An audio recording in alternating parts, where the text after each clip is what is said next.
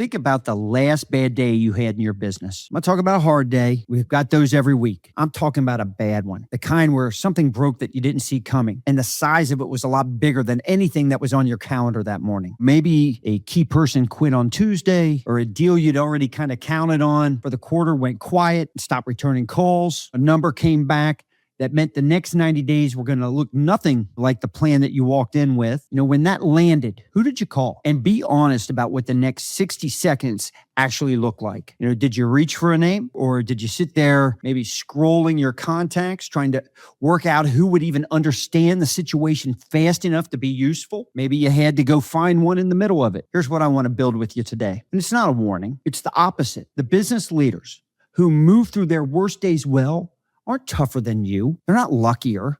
They did one thing on purpose that almost nobody does. They built a small group of people they could call before they ever needed to call anyone. They built the bench in the quarter nothing was wrong. By the end of this show, you're going to know exactly how to build that. Your own personal board of 5 operators or business leaders that you can reach when the stakes are real. This team is going to be assembled on purpose, long before a crisis sends you looking. I'm not talking about a network or a contact list. 5 specific people chosen for specific reasons, asked the right way, and kept close enough that the line is already warm when you need it. We're going to cover who belongs on that bench and why most people pick wrong. We're going to cover the actual ask, the words you use, and why a small ask gets you a yes when a big one gets those polite no's. We're going to cover how to keep 5 busy operators close without it turning into one more thing that you have to manage. This is a build. You're going to leave with 5 seats to fill and a way to start filling them this week.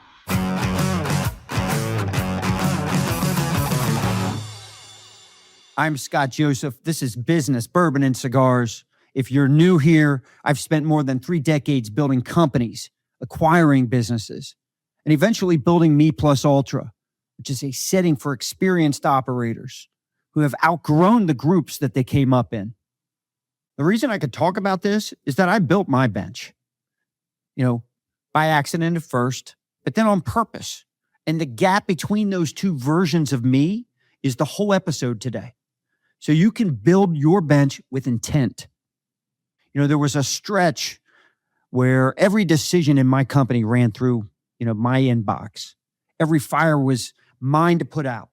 I had a lot of contacts and almost no one that I could actually call when it counted.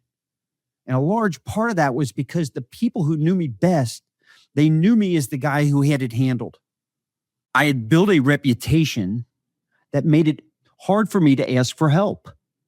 And the night that finally caught up with me, I didn't have a bench.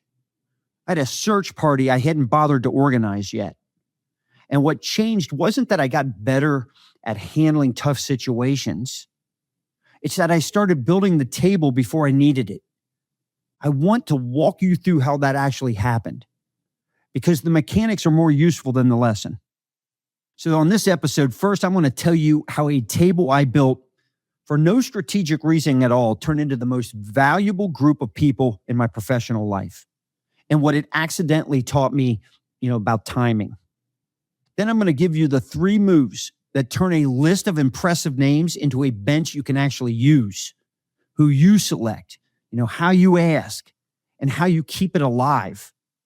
And then finally, we'll close with the part that most business leaders get wrong about timing. The reason this stays a someday project until the day it's too late to start one.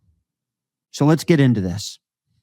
When everything shut down in early 2020 because of COVID, my good friend Sandy Saram and I started talking about how rattled that our clients were. A lot of them ran businesses across multiple states, every state with its own set of rules, all of it changing week to week. They were overwhelmed and nobody knew what was the right move, that they needed to make next. So we did the only thing that made sense at the time. And we decided to help. I'm talking about there were no fees, no sales funnels, no plan to get anything out of it.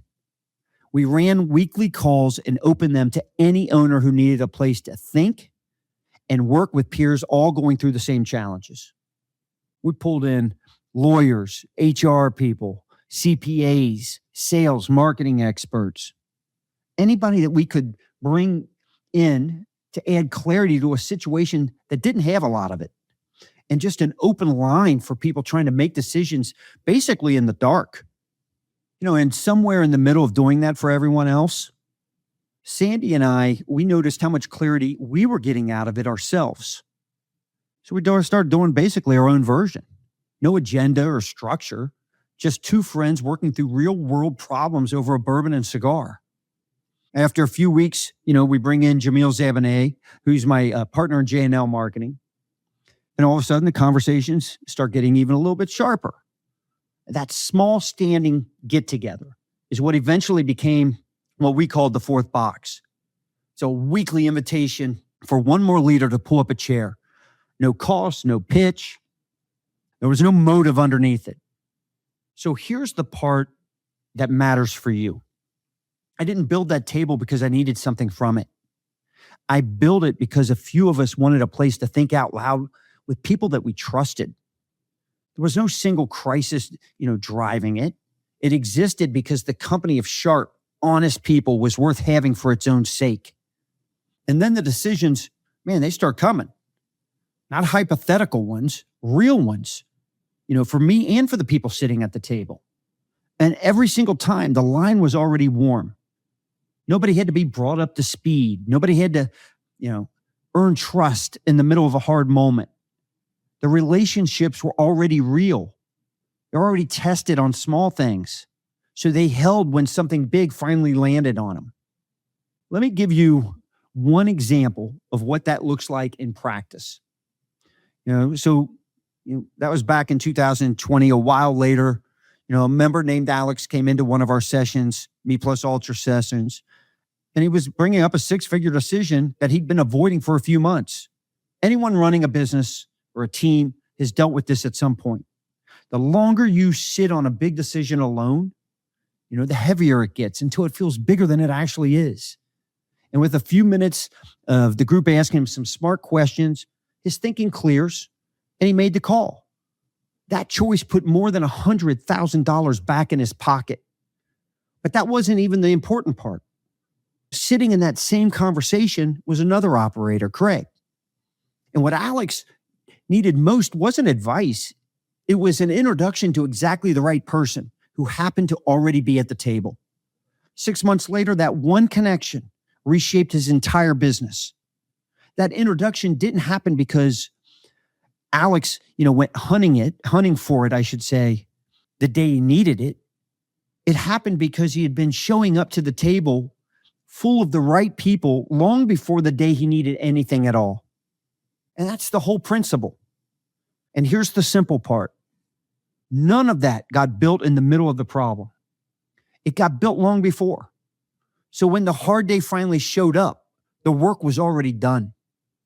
Right now, you're juggling every decision, putting out fires, and trying to grow your business on your own. Every day feels like a grind, and no matter how hard you push, the breakthrough you've been chasing seems like it's just out of reach. You don't have the right perspective, or maybe the network to see the opportunities waiting for you. The Business, Bourbon, and Cigars Leadership Retreat is your chance to change that. Imagine being in a room with entrepreneurs who have already overcome the challenges you're facing, leaders who have scaled, innovated, and found the clarity you're searching for. Through our mastermind style sessions, you're going to gain actionable strategies and the opportunity to connect with active Me Plus Ultra members. These aren't just networking contacts. They are entrepreneurs who think strategically, spot opportunity quickly, and can provide insights that accelerate your growth. This experience allows you to see firsthand how high-level leaders solve problems, create momentum, and unlock opportunities. So you can leave the retreat not just with a plan, but with a network that expands your possibilities faster than you ever thought possible.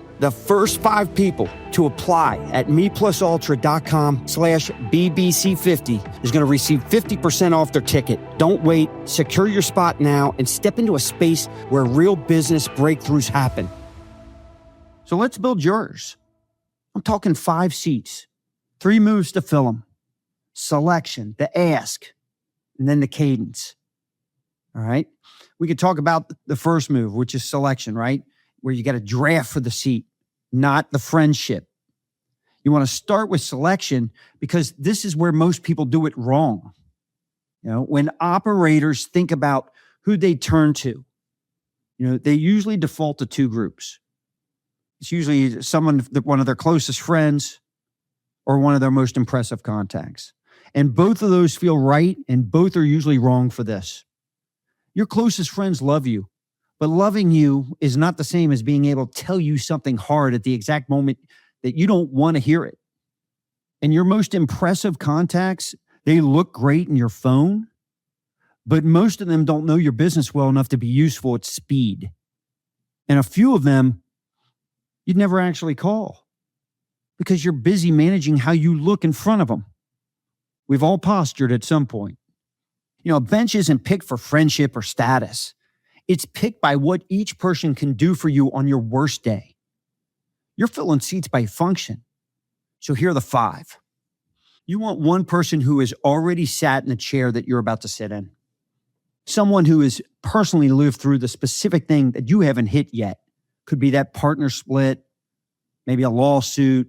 How about the cash flow crunch, that when you begin to scale? This isn't somebody who's read about it. I want someone in that seat whose own nervous system has been through it, who can tell you what actually happened, not what should have.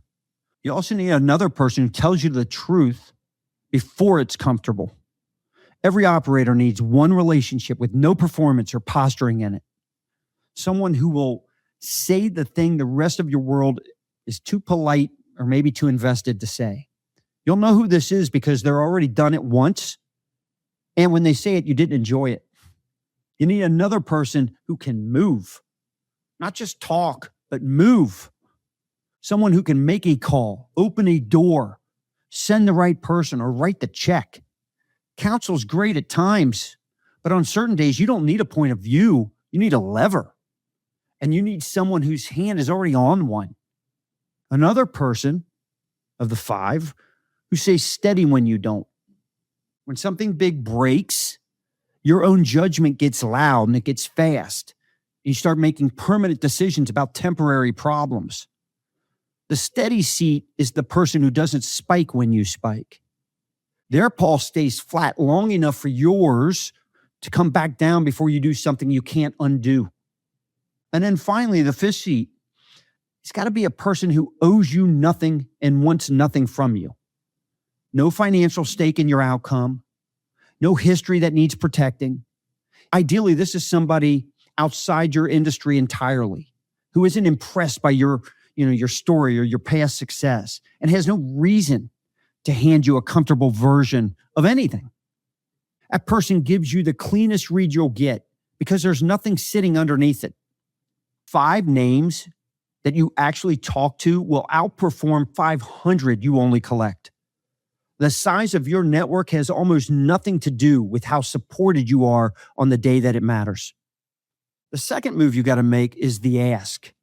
You want to make it small, specific. You want to go first. Once you know the 5 seats, you have to actually bring people into them. And this is where all those good intentions go to die. The instinct, especially under pressure, is to make a big ask. Things like, will you be my advisor? Can I pick your brain on a regular basis? Would you mentor me? To successful people, those land as weight. You're asking a busy business leader to take on an open-ended obligation with no edges to it. And the honest answer is usually a polite version of no. Or worse, a yes that never turns into anything real. The ask that builds a bench is the opposite. It's small. It's specific. And you go first. Small means low obligation. A single conversation, not a standing commitment. Specific means they know exactly what you're asking about. So it's easy to say yes. And going first means you give before you take. You bring them something useful, an introduction, a piece of insight from your world, a problem of theirs that you can actually help with. You do this before you ever ask them to carry one of yours. Give. Watch what happens. It flows back to you 10 times. Think about how the 4th box worked. The ask was never be part of my supportive structure. The ask was come work through some real problems with a few sharp people over a bourbon and a cigar. Was small, was definitely specific. And it was built around giving people something that was valuable to them. Nobody had to be recruited into an obligation because the thing itself was worth showing up for. That's the model. You're not asking people to support you.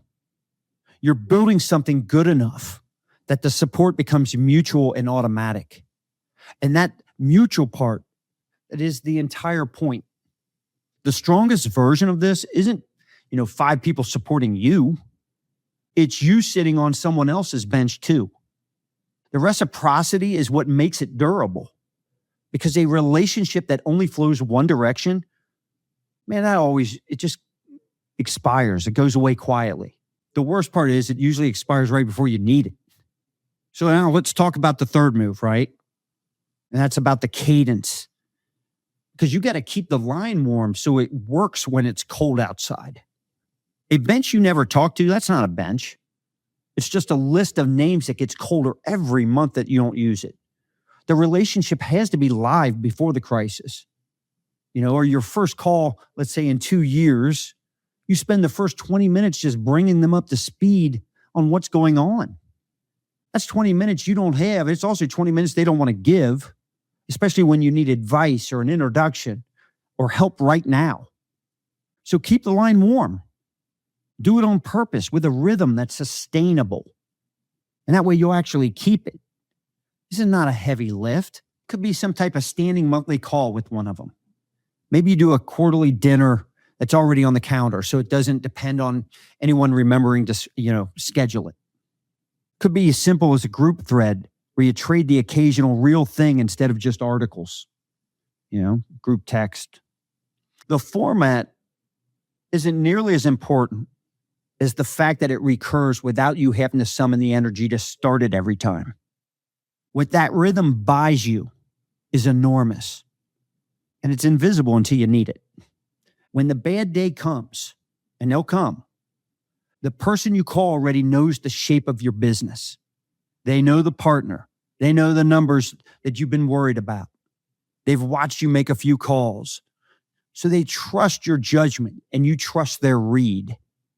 You're skipping the entire warm-up BS and get to the actual problem inside that first 90 seconds because everything underneath it is already there. A bench you build during the crisis, that's not a bench. That's a search party. And search parties, they're slow, expensive, and you're usually too late. So that's the build. 5 seats, chosen by function, a small, specific give first ask, and a cadence light enough to keep, so it keeps your line warm. Here's the part that I promised you, and it's the one that decides whether any of this actually happens. You're allowed to build this before anything is wrong. You don't need a reason. You don't need to be in trouble. The best time to assemble the people that you'd call on your worst day is a day when nothing's happening, because that's the only time that those people are available to you with no pressure attached, and the only time that you can build the relationship on something other than need. Nobody assembles a board the morning the building catches fire. You build the bench in the quarter nothing's wrong, because that's the only time it's actually available to you. Now, here's something that I want you to sit with. Building a bench of 5 is the move, you can start this week on your own.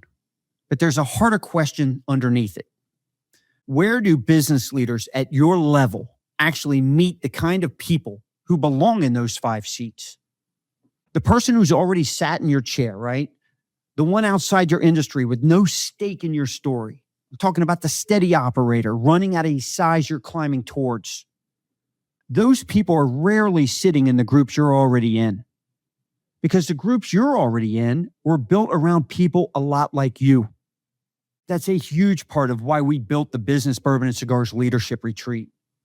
It's not a conference. It's not a typical event.